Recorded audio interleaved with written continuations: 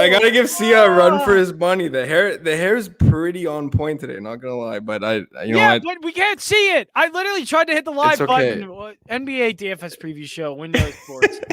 I tried to hit the live button literally as fast as I could for everyone to see the glorious set of lettuce that Ghost has on his head. But yet he was able to get the hat and put it on before I could even do it. How you doing, man? I'm good, bro. It's Wet Wednesday. I was just at a beer tasting networking event for work. So if the plays are working out, it's because it's the day ending in Y. If one of them doesn't, we're gonna blame the beer tasting event. All I want to do is see your hair tomorrow on the NFL draft show. No, I want everybody to see it because I don't think has anyone on WinDailySports.com ever seen your hair. Yes, on the draft shows only. Only on the draft shows. Oh, what do you like proper only on the draft shows? So maybe tomorrow? Only on the draft shows. Yeah, because when I tell people that Mac Jones will not get his 5th-year option granted, and Kyle Trask is gonna have a better NFL career than he will, I'm gonna have to look proper. Obviously, I have to mention that you don't think that I listen to your shows like. Wait, what? Kyle Trask. Okay, so I'm gonna say my radio show on Fox Sports. The Gambler. Obviously, I listen. Live change 8 to 11 Monday through Friday. Obviously, I listen to it. The line change 8 p.m. to 11 p.m. Eastern. Philly Sports Radio Monday to Friday. If you guys don't listen to that, make sure you go and listen to it. You're missing out. Oh, you're so beautiful. But Kyle Trask will have. I'll just end it here because I don't want to give away too much. Kyle Trask will have a better NFL career than Mac Jones. And Mac Jones will not get his 5th-year option on his contract. That's my take for this draft. I agree with that. The guy sucks. Like I'm really not like I don't understand. I don't get it. He has no ability to throw the deep ball. And when people are talking about Mac Jones to San Francisco at number 3, you have Debo, you have Ayuk, you have George Kittle. You have so many deep threats there that you need a guy that can run a college-style offense and keep up with these guys, not only with his legs, but just be able to throw the deep ball. And Mac Jones is not that guy. But anyways. Yeah. Kyle Trask will have a better NFL career. Kyle Trask will have a better NFL career than Mac Jones. The guy's been a starting quarterback for all of 5 minutes. Absolutely agree. I completely agree. But with the time constraints that we have for today, let's get to the NBA slate. But why are all the 10K players all centers except for Bradley Beal? Yeah, this is not fun. No. Whoever is not a center is out. So not great, Bob. We're not great. Not great. Bob. It's gonna make for an interesting slate, honestly. The one guy that I am looking at right now is Russell Westbrook. Obviously, outside of Russell Westbrook, it's pretty tough to fade him on any single NBA slate. Kind of reminds me of his NBA season when he averaged a triple-double. It's just he's been on such a tear in the whole month of April, and even going back to pre-NBA All-Star break, he was just on such a run that it's getting to that point now where his price isn't really moving. He's kind of stuck at that 11K price point where I'm okay playing him at 11K, especially on a slate where I don't really see many guys that. You end up looking at the top of this price range and you're like, who can drop 70 to 75? I get it. Jokic can drop 75. Embiid can drop 75. But outside of that, I mean, you pay 10.3 for Julius Randle. He's not dropping 75. Nikola Vucevic is not dropping 75, especially not against it. At least not in this type of matchup. I mean, can Vuce drop 75? I mean, it's probably 1 in 100 chances, but not against the Knicks. That's for sure. Not playing against the slowest team in the entire NBA. So. It's pretty much only Russ that ends up being that guy. So I'm pretty much starting my builds with Russ and figuring out the rest from there. Yeah. Russ, I can't really blame that. It's really odd to see outside of Russ. I mean, just the amount of centers and forwards on here. It's nuts. So I think kind of where we're going, and we always start with on every single slate, every single time, Washington's on the slate. So obviously Westbrook, but there's probably more here in this game, isn't there? Yeah, absolutely. So Bradley Beal actually torches the Lakers. He's been really hot against LA. So it's something that, seeing that 10K price tag, Bradley Beal is essentially 10% owned or less on every single slate, despite leading the league in scoring. and he actually just passed Curry by 0.1 points per game, right? So with his 45-point output in the last one. So despite leading the league in scoring, still to this day, he's still always under 10% owned, and being at that 10K price tag, there's I don't think there's going to be anybody playing Bradley Beal on this slate. So I'm okay running both of them together. Whether they actually both make my main lineup is really going to be dictated in the next 54 minutes here we have until lock, depending on what kind of value opens up. Right now, there's nothing all that much that I'm absolutely in love with. So because of that, Bradley Beal probably ends up getting the short end of the stick, and I will go with Russ.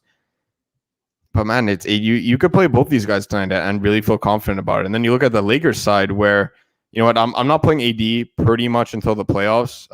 They're not going to run him into the ground anytime soon. They're going to wait till both he and LeBron are back and 100% healthy. So I get it. It's an attractive price point at for Anthony Davis at 9,200, but I just can't get there.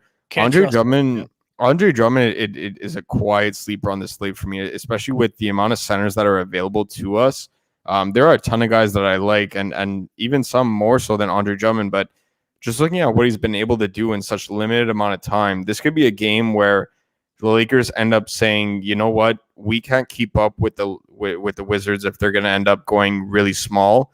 So we're just going to go the complete opposite and go really big and force them to play guys like Alex Len and a bunch of these other centers, right? So maybe get Daniel Gafford into some foul trouble. So that's where, you know what, Andre Drummond could quietly be a sleeper. I do prefer him a bit more on FanDuel. I don't really feel the necessity to end up forcing him into my DraftKings lineups. But you know what, if you're playing these large field tournaments where there's thousands of people, I mean, tens of thousands of people, that's where Andre Drummond will certainly be in my player pool at that point, especially if you're entering multiple lineups. You don't even have to necessarily enter 150 all the time, but just if you're entering a ton of lineups tonight, you know, we have some 20 max contests that are $4, you know, something like that, where Andre Drummond, I would definitely have a couple shares. Washington is easily beatable down low. So we're going to want guys that can end up keeping up with his pace. This could quickly backfire if they end up taking Drummond off the court, but I just don't see it, because when they do that, they're going to want to run AD at the 5, and they're not going to do that before the playoffs. So Andre Drummond's certainly on my list right now. Yeah, I'm seeing a question about Chris Dunn, and I know I've been seeing more questions about him lately. So, you know, any thoughts on him with Brogdon? Similarly to what I said last slate about Chris Dunn, is that I'm a big Chris Dunn fan, right? So with the amount of signings that Atlanta made in the offseason with Danilo Gallinari and Bogdan and Rajon Rondo and a bunch of these other guys, that's where I ended up saying their best signing was actually Chris Dunn. Just being able to guard three different positions in that type of, I guess I could say, offensive system, where Atlanta's all about their offense, right? They're not known for their defensive powers. So I really like the Chris Dunn signing, but right now I don't really trust that he'll be able to get the minutes there. I really do feel like, you know what, even if Bogdan's out, even if Brandon Goodwin ends up getting ruled out, I've heard some things that Brandon Goodwin might not even play in this one. I don't see him getting the minutes enough after missing, 50 plus games for him to be able to pay off. I get it at 3,100. It's really enticing. But seeing only 13 minutes in the last game, and this game he'll probably get to 15 or 16. He's not going to go from 13 to 36 all of a sudden, right? So yeah, this is a guy that he's getting back into shape, and he's going to be a crucial part of their playoff push. So I don't really feel a need to get Chris Dunn in my lineups tonight, but you could definitely do a lot worse. If he gets to 20 minutes, he could end up being somewhat viable. But again, at that point, you're expecting way more out of him than what he's averaged in his career, right? He's not typically more than a 0.75 fantasy point per minute player. So, getting more than 15 out of him would be, I don't want to say it's luck. The NBA DFS is far from luck from any perspective, but you would need a lot to end up getting more than 15 from Chris Dunn. Yeah, is there anything here on the Atlanta side? I'm seeing a lot of questionables, a lot of O's with Trae Young out as well. This Atlanta side, are we looking at any value here, or is it going to be tough just because it's probably going to end up being a probably low scoring game, to be honest with you. It really is, and I don't foresee it being a high scoring game. I'd be shocked if Atlanta scored more than probably 100. I don't want to say 100 just in the modern and in the modern day NBA. 100 is pretty much a foregone conclusion, but it could be held. It's going to be. I'd be shocked if they scored more than 105. I'll give myself that 5-point buffer, right? But there you go. You know what? With 105 points, somebody's got to be scoring out there. Bogdan's out, Herter's out, DeAndre Hunter's out, Cam Reddish is out. I'm hearing that Brandon Goodwin might not play. Trae Young is out. At this point, I'm not looking at the front court at all. Brandon Goodwin is available to play in this one. This came out just about 10 minutes ago. Okay, so that would be a player that, I would end up taking a shot on. Someone like Brandon Goodwin. Can we see Lou Williams in this one? Absolutely. The one thing that ends up worrying me just a little bit is that he is the veteran out of the two of them. So they're going to want to keep him fresh for that playoff run. So I'm going to have to check the projections that you get at windowsports.com, our proprietary NBA projections, see what it's spitting out in terms of rotations and who's going to get minutes here. This could be a game where you're really dumpster diving. I mean, for all I know, this guy could be projected for 0 points. Might not even see the court, but I'm just talking hypotheticals at this point, depending on what the model says. A guy like Skylar Mays might end up, getting a ton of minutes or anything like that. Atlanta might just wave the white flag in this one and say, you know what, we're not beating Embiid, Simmons, and Harris all in the same game without, 5 out of our top 6 players. So for that reason, I don't really see them pushing Lou Williams. I don't really see them pushing Brandon Goodwin, especially if, he was pretty much doubtful all day, and now he's on the right side of probable there, so he looks like he's going to play tonight. But outside of that, I don't really see them pushing many of these guys. They're not going to play King Capella 36 minutes, and even if they do, I never play anybody against Joel Embiid, and John Collins is going to foul out in like 30 seconds against Tobias Harris. So where are we dumpster diving then? I know you said we're going to probably be doing that. So where's that dumpster at? Basically, I'm looking at Boston and Utah right now. So Boston is notorious, especially people are going to see when hopefully they end up making the playoffs, like barring a colossal disaster, they will end up making the playoffs in the East. So people are going to see that rather quickly. Brad Stevens ends up shortening his bench to 7, maybe 8 guys, if that, right? So but right now you end up having a lot of their core pieces out. Marcus Smart is out, Kemba Walker is out, Jason Tatum just rolled his ankle, and yes, he will play tonight, but again, it's a rolled ankle, right? So it's far from ideal to be playing in a game against Charlotte like this, right? So at the top of the pricing grid, you can go right back to Jaylen Brown. I'm 100% okay with that. I wrote him up yesterday. Some people faded him just for quote unquote leverage. I never understand that. If the guy's 50% owned, he's 50% owned. Just get different elsewhere. You know what I mean? So he was in an absolute smash spot. Ended up putting up nearly 70 fantasy points on both sides yesterday. If you faded, my condolences. If you didn't, congratulations. You know what I mean? So it's at a point where I'm okay playing one of Jason Tatum or Jaylen Brown tonight. But another guy that I am looking at is Peyton Pritchard. So this is far less about chasing what he's been doing every second game. Essentially, I don't even want to say in his recent stretch because he's had some bad games as well. But this is a guy that, when they're looking to end up replacing Kemba Walker, they're looking for some secondary scoring behind JB and Tatum. It's Peyton Pritchard and it's not Evan Fournier. You know what I mean? Evan Fournier was a product of his surroundings yesterday, where he ended up getting a ton of minutes, and he ended up being in a good game environment, etc., where the stars just aligned, right? So he was a guy that I did have shares of in GBP, and I brought him up yesterday as well. But tonight I am leading Pritchard here a little bit over Evan Fournier, and that's because he has that natural scoring ability, right? So with Tatum and JB both in the starting lineup, I assume with Evan Fournier, given that Marcus Smart is out, Evan Fournier is going to be the guy that's the odd man out, and Pritchard's going to be that 6th man off the bench that when JB comes off the court, he's going to be the guy that they're relying on. And for only $4,000, I'm 100% okay with taking a shot on Peyton Pritchard. Am I expecting another 40-point DK performance? Absolutely not. You know what I mean? This is not the game environment for that. He's not. You're talking 50 points then? I mean, if that happens, I'm sitting in a great spot. But you know what? If Peyton Pritchard could get me 25 to 30, I'll be more than happy at that point, just because of the lack of value that's available to us. Only 45 minutes till tip. I'm not really taking a risk on, this guy gets ruled out at 6:55. Okay, who am I putting at this point, the one, solidified value play that I do have in my lineup right now is Peyton Pritchard. And then on the Utah side, look at all that. There's a lot of guys out on the Utah side. That's including right? So Boston game, but yeah. You have no Donovan Mitchell tonight, no Mike Conley tonight. And then on the flip side, you have no De'Aaron Fox for the Kings, no Harrison Barnes for the Kings. This is a game that could get ugly real quick, given that De'Aaron Fox is the Sacramento Kings, like he is the entire team.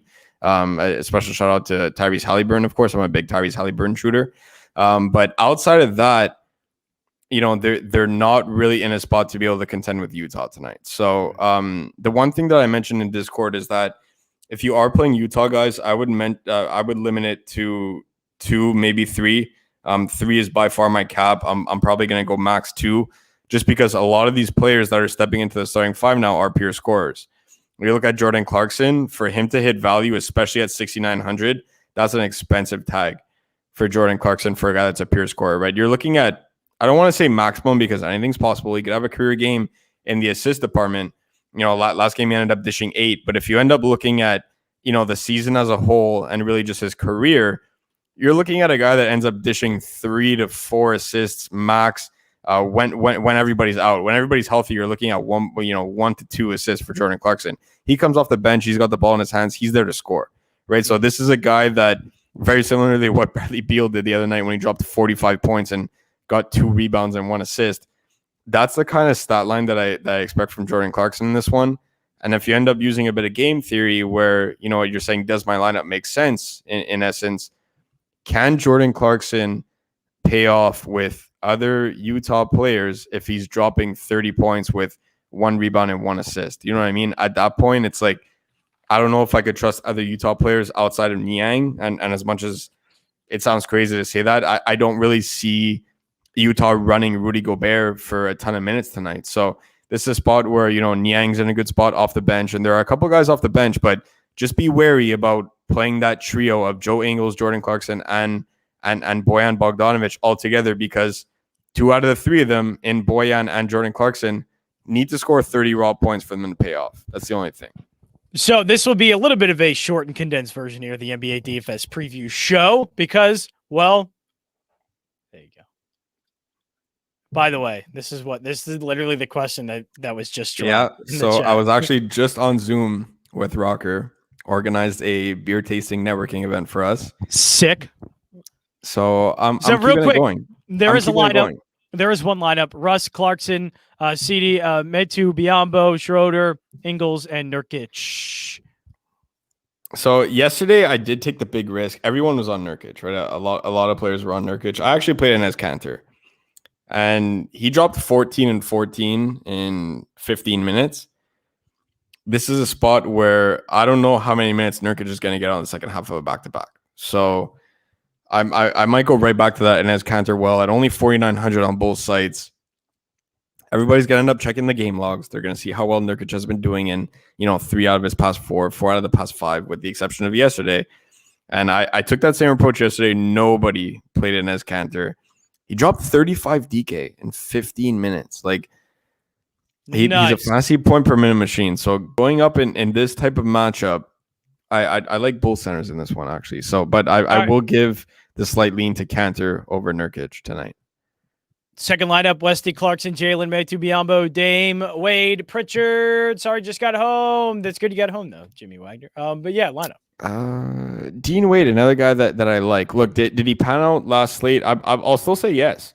Did he end up getting the 25 to 30 that we had hoped at a stone cold minimum 3K? I mean, at the same time, we were kind of hoping for the best, where he ends up going 10 times his price. And getting what he did last game, it was still more than enough. I did really well with Dean Wade in my lineups, despite not getting 30 from him, right? So this is a spot where I can go right back to him at only 3,500. It's a spot where no Hartenstein again. Kevin Love is not only not playing very minutes, but he just had that whole fiasco situation where he inbounded the ball and just gave up on a play. You know what I mean? So yes, he apologized, and apparently him and Cleveland are good. But again, you got to be wary of whatever happens there with that situation. There's a ton of people that might be out for this Cleveland Cavaliers team where Dean Wade can be that guy, and so can Chetty Osman. So I get both their prices went up just a little bit. Dean Wade at 3,500 definitely entices me. But the one thing that I will say about Bismack Biyombo is that I will never touch the Charlotte front court unless, so this is a great question, Glad, and I could tell because he's always tagging me in Discord and reading a bunch of stuff. So I definitely appreciate you being in there every day. But I'll never play either one of them. And when I say them, I mean Bismack Biyombo or Cody Zeller without one of the two of them being out. And the main reason is that, especially against Boston tonight, at any point in time, they could run PJ Washington at the 5 and just go small. Yeah. They can run Miles Bridges at the 4. Just because Gordon Hayward is out and Malik Monk might be injured, like this is a spot where at any point in time they could run the Martin brothers out there with Terry Rozier, Miles Bridges, and PJ Washington at the 5. And then all of a sudden, not only are you debating about which center on who to play, but neither one of them are going to be seeing the court. So that's where, especially against a team against Boston, where they're one of the smallest teams in the entire league, let alone the Eastern Conference, it does scare me to play Biyombo or Zeller tonight. That is it for the NBA DFS preview show, WinDailySports.com. You have to keep it short because obviously it's a wet Wednesday, apparently, as we just saw there with Ghost. Ghost helps people win 20K every night. Yes, he does. See, just take a sip to that. That's how we're going to end it. WinDailySports.com. Go into Discord chat if you have any more questions. But that's how we're going to end it here. WinDailySports.com.